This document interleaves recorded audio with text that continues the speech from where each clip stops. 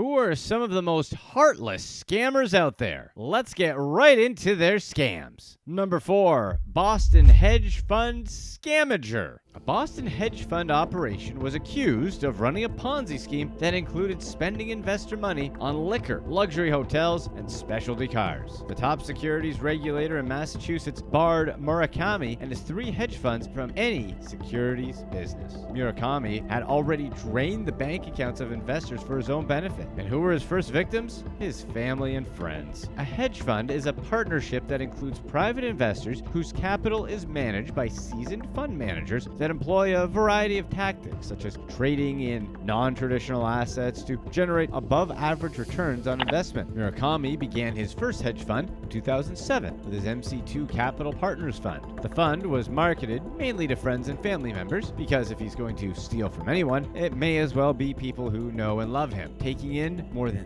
$3.5 million. Murakami had no discernible strategy and lost nearly $600,000 in the first 3 months. By the end of the next year, the fund had a negative balance of roughly $2.4 million. So Murakami started a second fund, MC2 Capital Value Partners Fund, which ended with similar catastrophic losses. And Murakami, being the solid guy that he is, had actively worked to hide those losses from investors by soliciting more investments and supplying misleading performance numbers. Next, Murakami struck a deal with another hedge fund to start MC2 Capital Canadian Opportunities Fund, which then allowed him to get investors to give him even more money. Murakami then used that new money to pay out investors in the other 2 MC2 funds. While investors were waiting for their promised returns, Murakami was buying a sports car, traveling, enjoying high-end shopping trips, staying in luxury hotels, and of course, racking up $1,000 restaurant bills. In all, Murakami stole more than $15.3 million from at least 47 investors. Murakami was eventually investigated and arrested for his Ponzi hedge fund scheme. When initially summoned to testify before the enforcement section of the securities division, Murakami pled the fifth, but with the piles of evidence against him, Murakami changed his plea of the fifth to guilty and admitted to withholding information regarding the hedge fund and to providing investors with falsified account statements to fool them into thinking their investments were safe. Murakami was sentenced to 6 years in prison and ordered to pay more than $10.5 million in restitution. Ponzi's never work, but these clowns keep trying.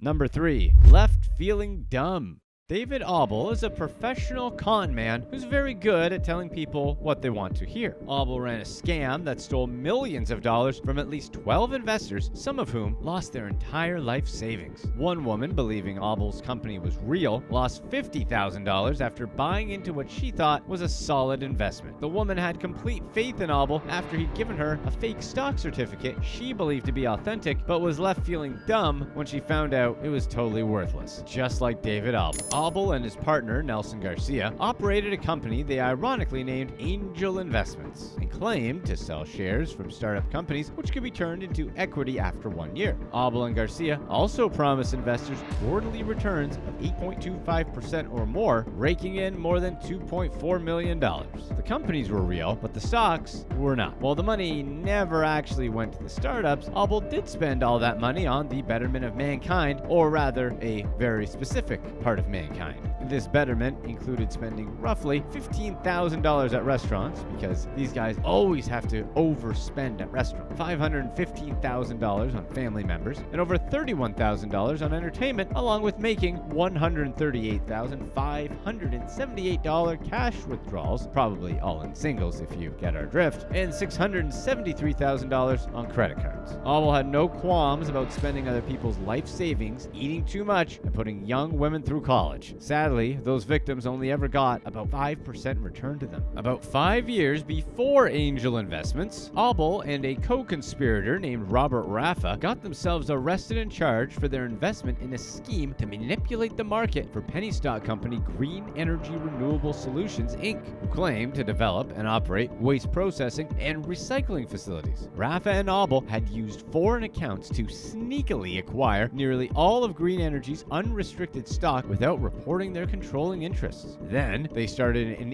email campaign promoting green energy to potential investors, while selling their shares at the same time. If you think that sounds illegal and shady, it is, and we're proud of your intuition. Rafa and Aubel were able to sell more than 1.5 million shares of green energy stock, making roughly $900,000. Rafa and Aubel still controlled a large amount of green energy after that first round, so they used more manipulative trading techniques to stabilize green energy stock price until they could run a second campaign. That second campaign was actually run by a stock promoter who was working with an undercover federal agent. The agent pretended to have access to a ring of corrupt stockbrokers who would buy shares for kickbacks. Rafa and Aubel sold 174,000 shares of their green energy stock to one of these corrupt brokers, then sent a $6,000 kickback payment, and in return got themselves arrested. Aubel pled guilty, was charged with bail jumping after he repeatedly failed to show up for sentencing. Eventually, U.S. Marshals drug Aubel to court by the scruff of his neck like a puppy about to get its nose rubbed in the accident it left on the rug. Aubel got 87 months in prison, 5 years of supervised release, and had to pay $242,553 in restitution. The judge also probably firmly shouted "no" and told him that he was bad, very, very bad, but that was left out of court reports. Back in the present, the Office of Financial Regulation arrested David Aubel and Nelson Garcia on charges related to their involvement in the $2.4 million angelic investment scheme. Aubel was extradited from a federal prison where he had already been serving out his sentence for a previous securities fraud scheme. Garcia claims that Aubel destroyed his life with the victims and that he was tricked, hoodwinked, bamboozled, and most of all, snookered, rapaciously snookered. Garcia gave an interview while under house arrest and claimed Aubel used a phony name and phony documents to convince Garcia that he was legit. Now Garcia says he's out of work and broke, making this claim despite court records showing that he was paid more than $352,000. Garcia faces charges of engaging in a securities fraud, conspiracy, and unlicensed telemarketing. As if regular telemarketing wasn't bad enough, this guy didn't even have a license. Aubel was charged of securities fraud, unlicensed telemarketing, 3 counts of money laundering, and engaging in an organized scheme to defraud. Being the naughty little bail jumper he is, Aubel was denied bail and is currently awaiting trial. Number 2. Millennium Mobster. America's not-so-sweetheart, Nancy Carol Spinks, stole over $8.6 million through money laundering from 23 victims at Millennium Title, an escrow company in Florida. Carol stole the money clients had entrusted to her through real estate sales and closings, 1,041 exchanges, and in the heinous case of Jeremiah Adam Wright, life insurance funds. Jeremiah was tragically killed in a motorcycle accident, leaving a wife and 2 little girls to fend for themselves. Jeremiah's widow hired Carol to create a trust account for the $100,000 the family would receive in insurance funds. Carol told the family that when she got the funds, she would deposit them in a court registry in Wise County. Then she kept it, because apparently Carol needed a new car more than she needed her soul. Seriously, who steals from a widow and her children? Texas insurance regulators took over Carol's title company, Millennium Title, after she disappeared with millions of dollars. Texas Department of Insurance, or TDI, said that Millennium Title had less than $10,000 available to pay over $100,000 in bills. Title companies hold deposits in escrow for real estate buyers, earnest money, down payments on homes, or profits from real estate sales, like a trusted friend that holds the money until it's ready to be paid out. A few days before the takeover, a neighbor said he noticed someone moving out of Carol's upscale Keller home in the middle of the night. By the next day, the house was empty and no one knew where Carol was. At the time of her disappearance, there was $3 million missing from the company's escrow accounts and $2 million from separate investor accounts. Carol had vanished for over a month, but was eventually found and arrested in Lake Forest, a swanky suburb of Chicago, where she was renting a house for about $8,500 a month and had started a moving truck business. Carol was caught when she was eating at a Chicago mall when her husband, Bubba, of course his name was Bubba, 23 years her junior, used her PayPal card to pay for the food. Mall security was notified when the account was flagged, and Carol was arrested while walking to her 16-year-old son's Mercedes. Carol was known for her excessive and outrageous spending habits. She seemed entirely too proud of her opulent lifestyle that included fur coats. Seriously, who still wears fur coats beside Cruella de Vil? A fleet of Mercedes and horses. She also was found to have spent roughly $12,500 on a Taylor Swift concert concert, $4,300 to attend the Academy of Country Music Awards, and $100,000 on a second wedding. Carol was also particularly cavalier when it came to her various criminal activities. At one point, while in custody, Carol was heard on a recorded phone call with her mother, laughing about her crimes, dismissing them as only white-collar, calling herself Millennium Mobster after her title company, and openly mocking the idea that she'd do any time for stealing $8 million.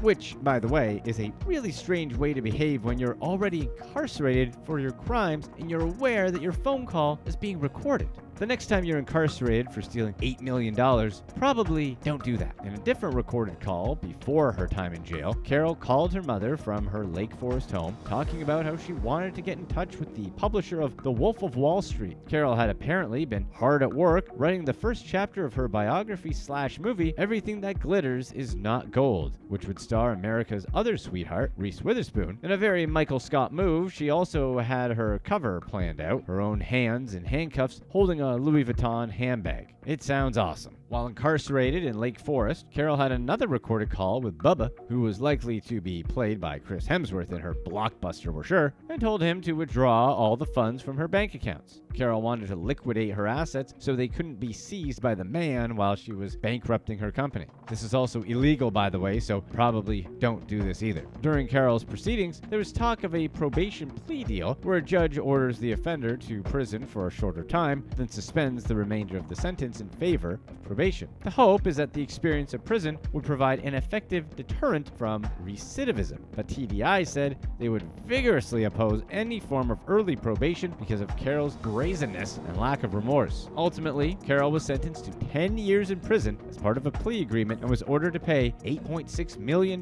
in restitution. Sadly, of $8.6 million Carol was ordered to pay back, only $3.6 million will be covered by the Texas Department of Insurance's Policy Guarantee Fund. Those who lost money on the 1,031 exchanges, which is when an investor swaps out an investment property for another to defer capital gains or losses, have no recourse under Texas law. During her sentencing, Carol was visibly crying as her 10-year prison sentence was handed down. Number 1. Superannuations. 24-year-old Jasmine Vela Arpachi was part of a cybercrime syndicate that stole millions of dollars from Australian superannuation and share trading accounts. Old Jazzy Pants was the only heartless piece of crap caught in the scheme, which involved over $3 million being taken from superannuations and over $238,000 from share trading accounts. Superannuations are essentially Australia's retirement pension benefit funds, similar to a 401k with mandatory contributions made by the employer. Vela Arpachi was stealing money from retirement funds and described accounts for those at the age of eligibility, about to retire, for access as the ultimate jackpot. An elderly couple in their 80s and 90s spoke of the hopelessness they felt when learning they had been targeted in the scam, finding out they'd lost everything. Another woman revealed she was literally weeks from retirement when her entire $500,000 life savings was stolen. Her criminal syndicate self-identified as Team Awesome. Vela Arpachi was involved in a phishing scam where the attacker sends a fraudulent message designed to trick a person into revealing sensitive information to access account login details she purchased on the dark web. Vela Arpachi mainly targeted businesses with HR, admin, or bookkeeper usernames, hoping they would have access to superannuation account details. Jasmine also manipulated identification documents to change names or dates of birth, then stamping them with a false certification stamp. Those details were then used to withdraw funds and arrange shares to be sold, with proceeds deposited in newly opened bank accounts. Debit cards from the new accounts were then sent to fake addresses in Hong Kong to launder proceeds. Vela Arpachi would then get her cut of the money in cryptocurrency. When Vela Arpachi wasn't available to steal money herself, she left instructions on her computer for her sub explaining how to steal debit cards using stolen identification documents from vacant houses' mailboxes. Her instructions suggested dressing like an office worker or a real estate agent when grabbing the cards in order to remain inconspicuous. Vela Arpaci even planned for nosy neighbors, suggesting to park down the street and pretend to be on a phone call or just returning an hour later. Once Vela Arpaci had the cards in her grubby little Vela Arpaci paws, she sent them straight to Hong Kong. However, the cards would have to be activated, so Smooth Jazz would notify the bank that the account holder was overseas to prevent any fraud alerts. Vela Arpaci's scheme came to an end when she was finally arrested after a joint investigation by the Australian Federal Police and Australian Securities and Investment Commission. At the time of her arrest, police found roughly 1,400 documents on her computer, including driver's license, passports, and Medicare cards. Vela Arpaci was paid more than $147,000 in Bitcoin for her involvement in stealing from old people. In total, there were 26 victims and roughly $3 million pilfered from the superannuation accounts and $238,000 in shares that were stolen and sold.